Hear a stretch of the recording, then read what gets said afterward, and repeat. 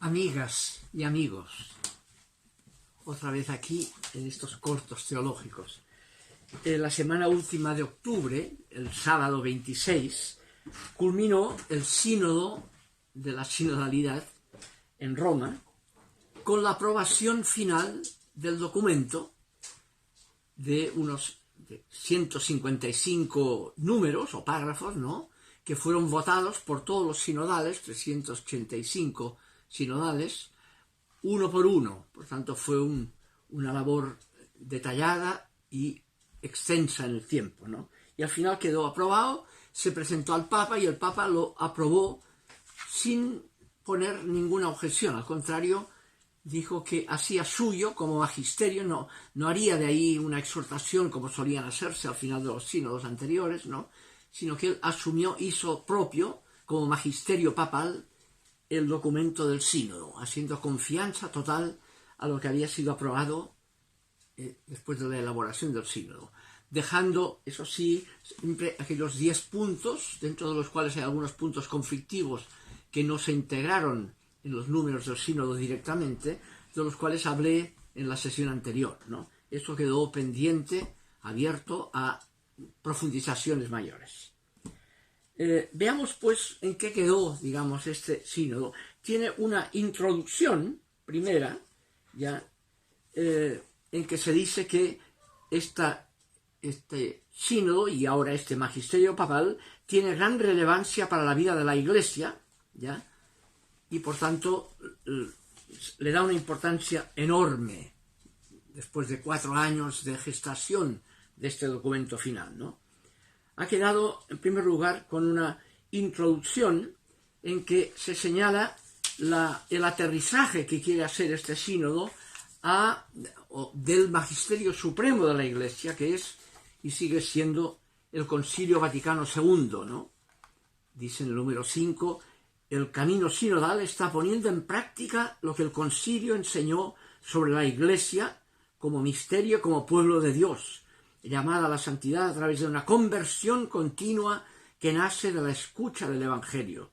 En este sentido, constituye un verdadero acto de una ulterior recepción del concilio, prolongando su inspiración y relanzando su fuerza profética para el mundo de hoy, ¿ya? Entonces, el Magisterio Supremo, que marca sobre todo las dos grandes constituciones, la Lumen Gentium, la Iglesia en sí misma, que es primero pueblo de Dios, y un pueblo de Dios debido a que es la Iglesia de Jesucristo, que quería una fraternidad, no un poder, y no acentuando primero el poder jerárquico, sino primero la igualdad fraterna de todos, ¿no?, cuyo símbolo es el bautismo, común a todos, mujeres y hombres por igual, ¿ya? Incluso mayoritariamente mujeres que hombres, hay más mujeres que hombres en el cristianismo, ¿no? Y luego la Lumen Gentium dirá que la autoridad, o sea, los que tienen el sacramento del orden, están al servicio de ese pueblo de Dios. Viene como capítulo 3 Lumen Gentium, después del segundo, que es primero es pueblo de Dios. Y el magisterio es servicio, no es poder, ¿ya? Y mayoritariamente ese pueblo de Dios, al servicio del cual están los obispos, son laicos, el laicado, compuesto por mujeres y hombres con su vocación laical. Es la vocación mayoritaria de la Iglesia, la que suscita más mayoritariamente el espíritu, y tienen que ser fieles a su propia vocación laical, y el magisterio tiene que apoyar la fidelidad a esa vocación laical de laicas y laicos, ¿no? Ese es el tema referente importante, ¿no?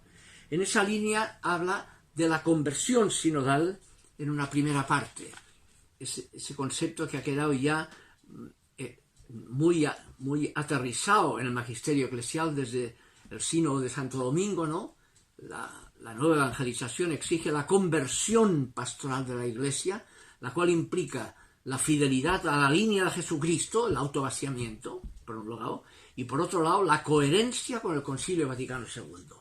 Y a la luz de eso es que hay el llamado a la conversión, cómo estamos en coherencia o en incoherencia con el Vaticano II, ¿ya? Y ahí viene lo que significa la conversión sinodal, una conversión en la línea de que primero la Iglesia es pueblo de Dios y que los pastores están al servicio, no son poderes, son exusía, están al servicio del pueblo de Dios. Eso es lo que destaca el primer punto, y luego se centra en otras tres partes, la segunda, tercera y cuarta, que corresponden más o menos a la temática de las tres partes que tenía el instrumento de labor, que sirvió de base para el debate de esta segunda parte de la Asamblea Sinodal, que terminó ahora el sábado 26 de octubre, ¿no? Esas tres partes son, en primer lugar, lo que aquí es la segunda parte, la conversión de las relaciones.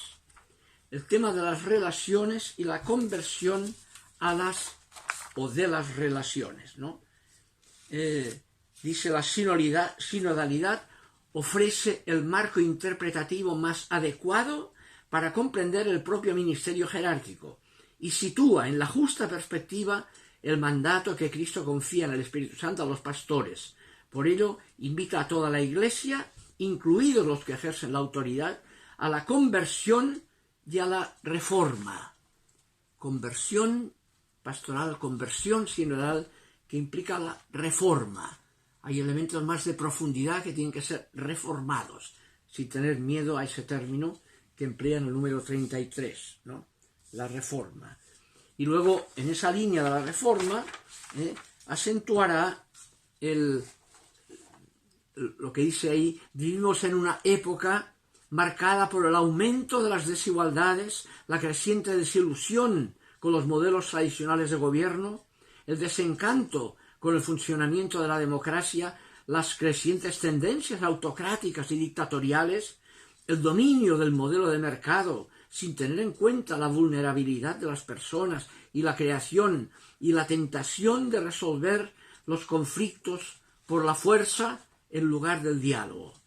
Frente a ese punto que son el cómo funciona nuestro mundo, marcado por esta competencia a todo nivel, dice: el sínodo quiere ser una instancia profética capaz de anunciar críticamente frente al pensamiento dominante, una especie de testimonio anticultural, si por cultura entendemos los procesos regidos por el principio de poder y de riqueza que rige nuestro mundo. Es como la contracultura propia del reino de Dios, ¿no? El reino de Dios, de las bienaventuranzas, ¿no? Que son humanizadoras, que hace que el ser humano se libere de su esclavitud frente a los objetos y sea señor de la realidad, no su esclavo, no se esclavice a ello, ¿no? Entonces dirá el número 48, el modo sinodal de vivir las relaciones es un testimonio social que responde a la profunda necesidad humana de ser acogido y sentirse reconocido dentro de una comunidad concreta. Es un desafío al creciente aislamiento de las personas y al individualismo cultural que incluso la Iglesia ha absorbido con frecuencia, autocríticamente. A veces la Iglesia se mundaniza, entra en las mismas categorías del mundo y nos llama al cuidado mutuo, a la interdependencia y a la corresponsabilidad por el bien común. La disponibilidad de escuchar a todos, especialmente a los pobres, contrasta con un mundo en el que la concentración de poder aísla a los pobres, a los marginados, a las minorías y a la tierra, nuestra casa común. Y así termina la introducción sobre la conversión sinodal. Luego viene la parte segunda, que es la conversión de las relaciones, tomando también ese tema tal como estaba en la parte primera del instrumento de labor. La conversión de las relaciones. ¿Ya? Y allí el fundamento de esa conversión está tomado teológicamente en la concepción misma de Dios, del Dios cristiano, que es un Dios que no es yo tú, es relacional. Dios mismo es en sí mismo relación, extroversión gratuita, salida de sí mismo eterna al interior de sí mismo. Es el concepto fuerte elaborado en lo que llamamos la teología trinitaria. Dios no es yo tú, ese es su único espíritu de ida y vuelta, como una padre y a hijo, en relación, la relación padre-hijo e hijo-padre, el único espíritu relacional de ida y vuelta. Es el fundamento, digamos, teológico de la relación. Por lo tanto, el ser humano, a imagen de Dios, no puede tomar como criterio el poder a costa del otro, a costa de la relación, sino que tiene que tomar el criterio de la relación, ya, incluso a costa del propio poder. Esa inversión que hay ahí, ¿no? En esa línea, entonces, se destaca en el documento, por ejemplo, el número 55, la crisis de los abusos en sus diversas y trágicas manifestaciones ha traído un sufrimiento indecible, los abusos de poder, ¿no?, en la misma Iglesia, y a menudo un sufrimiento duradero en las víctimas y sobrevivientes y en sus comunidades. La Iglesia necesita escuchar con particular atención y sensibilidad las voces de las víctimas y de los sobrevivientes de abusos sexuales, espirituales, económicos, institucionales, de poder y de conciencia por parte de miembros del clero o de personas con cargos eclesiales. Y hace número 55, una autocrítica. Ha pecado la Iglesia en sus instancias clericales, ¿no?, incluso a nivel episcopal, ha pecado contra la relación, abusando del poder en forma muy conocida, digamos, y pide perdón, como partió antes de empezar la última parte del sínodo, partió con ese acto penitencial antes de la primera sesión, ¿no? La escucha de los que sufren la exclusión y la marginación refuerza la conciencia de la Iglesia de que forma parte de su misión asumir el peso de estas relaciones heridas para que el Señor pueda sanarlas. Solo así puede ser, en cierto modo, signo e instrumento de la íntima unión con Dios y de la unidad de todo el género humano, que es lo que propone el concepto mismo de Iglesia, ¿no? Luego, en esa misma línea, destaca la importancia de tomar en cuenta a los discapacitados preferentemente, ¿no?, en el número 63, las capacidades, y reconociendo a sus discapacidades su capacidad en su limitación, apoyando aquello de que son capaces, el aporte que pueden dar, número 63. Y en esa línea propone crear un observatorio eclesial de la discapacidad, en ese mismo número 63, una especie de institución que esté muy alerta a apoyar a los discapacitados en el aporte que pueden hacer, potenciando esos aportes, ¿no? Luego, apoya también el número 67 el diálogo de teólogas y teólogos con los obispos, ¿no? El que haya una relación de diálogo entre teólogos que elaboran teológicamente el significado de la palabra con los que tienen el ministerio de la conducción, que no conduzcan al margen de la elaboración teológica, como no pueden conducir al margen del pueblo de Dios porque conducirán mal los obispos. No tienen el Espíritu Santo que suple su ignorancia por no haberse formado como están obligados a formarse, auscultando y dialogando con teólogas y teólogos, y auscultando y dialogando con todo el pueblo de Dios en sus diversas instancias. Es el tema muy importante en el aporte, la conversión relacional, lo que implica, ¿no? Y luego termina el número 78, llamando a dialogar y a escuchar a todos. En el número 78 culmina diciendo hay que dialogar con los que están al margen de la comunidad eclesial, los que vuelven después de haberse alejado y los que buscan la verdad y desean que se les ayude a encontrarse con Dios, ¿no? No solo quedarse con la propia clientela asegurada, abrirse a los de fuera o a los que salieron, a veces por culpa del escándalo de la misma Iglesia, acogerlos, dialogar con ellos, pedirles perdón si está en ese alejamiento, está el escándalo con respecto a los mismos representantes del clero o quien sea, ¿no? Luego viene la tercera parte, que es la segunda de acá, la conversión de procesos, lo que el Instrumentum Laboris llamaba los itinerarios, ¿no? Los procesos, que distingue tres aspectos de ese proceso: el discernimiento, la toma de decisiones y el rendir cuentas y evaluar, ¿ya? Y entonces primero habla del discernimiento, el número 83 da todos una serie de elementos de discernimiento, Y sobre todo, ese número 83 acentúa la atención que tiene que tomar la Iglesia para discernir bien a los acontecimientos que ocurren fuera de ella misma. Integra ahí la teología de los signos de los tiempos, ¿no? Dios sigue manifestándose a través del clamor de los pobres y de los acontecimientos de la historia humana.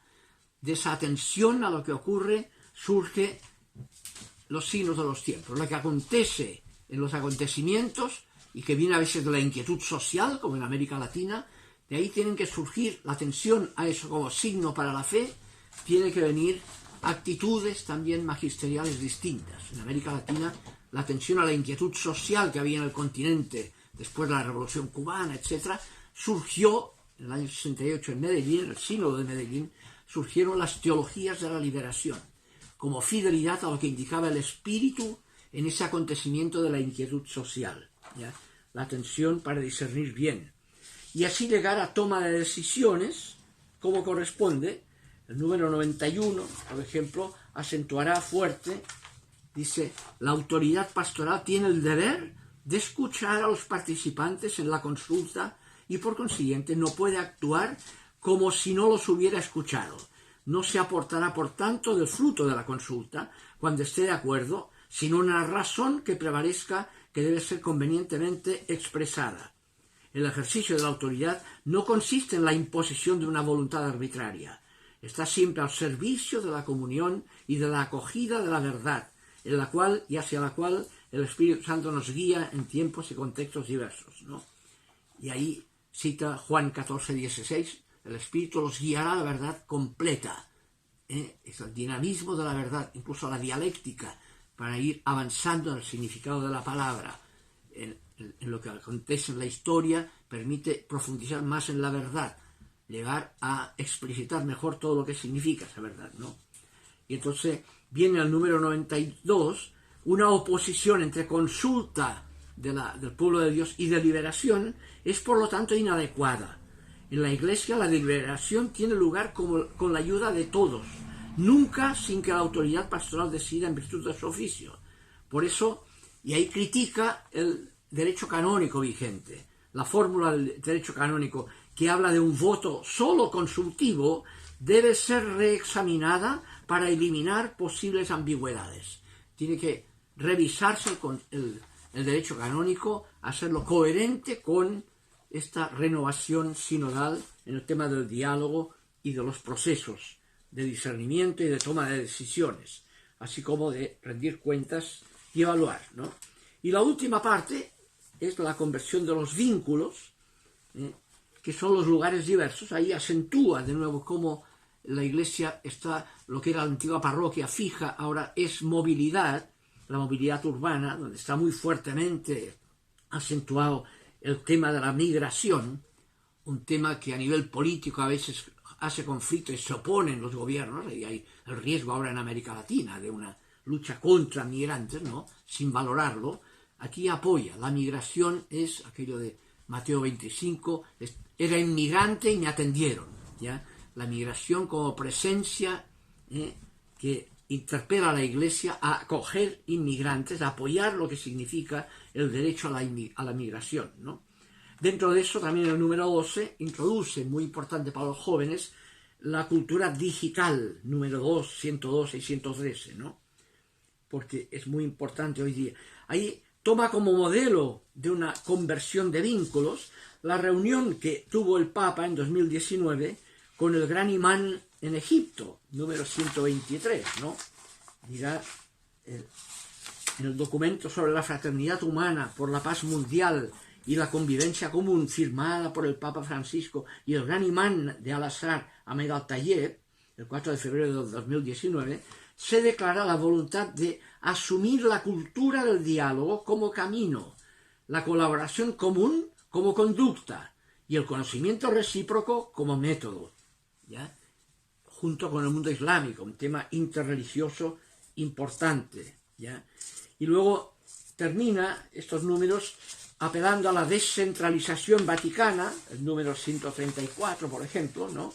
La saludable descentralización, citando Evangelii Gaudium, dejar a la competencia de los pastores la facultad de resolver en el ejercicio de su propio cargo del magisterio, etc., pero descentralizando, ¿ya?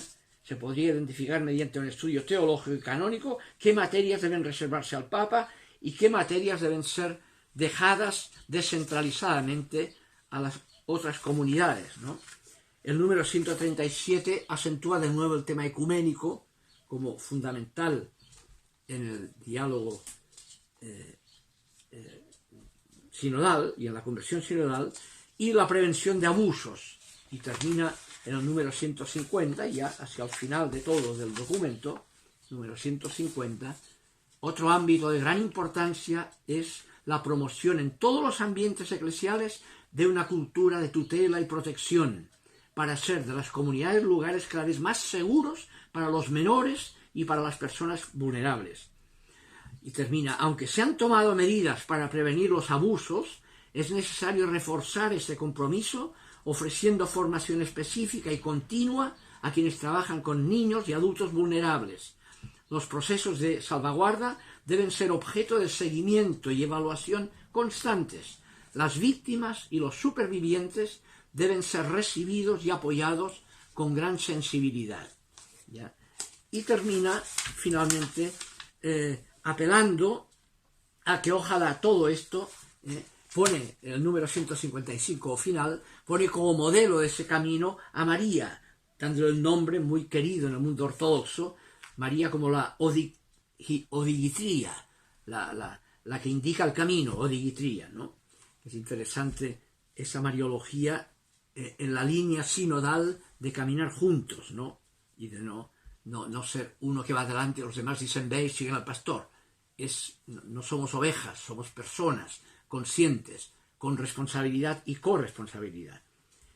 Y aquí apela en el número 94 del documento, dice, y es una apelación que está presente en toda la expectativa que puede haber sugerido en la Iglesia este sínodo, dice: sin cambios concretos a corto plazo, la visión de una Iglesia sinodal no sería creíble, y esto alejará a los miembros del pueblo de Dios que han sacado fuerza y esperanza del camino sinodal durante 4 años, ¿no? Corresponde ahora a las iglesias locales encontrar los medios adecuados para poner en práctica esos cambios. La conversión sinodal, ¿ya? Bien, esto es en síntesis un poco los acentos importantes del sínodo, ¿no? Que marca un cambio, una reforma y un cambio significativo en muchas formas que ha tenido la Iglesia en su historia, que el Vaticano II quiso ya cambiar de rumbo en la reforma del Magisterio Supremo y que a veces quedó encallado, y ahora este sínodo del Papa ha querido dar una fuerza de mayor fidelidad al Vaticano II, con todo lo que implica de una Iglesia en sí misma, pueblo de Dios, y a la autoridad al servicio del pueblo de Dios, y hacia afuera en diálogo con el mundo, con la gente que no forma parte de la Iglesia, el diálogo con el mundo exterior, estando atento a lo que ahí ocurre como signo de los tiempos. Ese es el tema final, asumido ahora como magisterio de este Papa. No va a sacar ninguna otra exhortación, sino que hizo suyo y ratificó, quizás sin habérselo leído en detalle, ¿no? Lo hace suyo dando confianza, o lo que ha resuelto en este documento final, votado por los 385 padres sinodales. Eso es el punto. Seguiremos el próximo día en otra línea de reflexión. Que estén bien.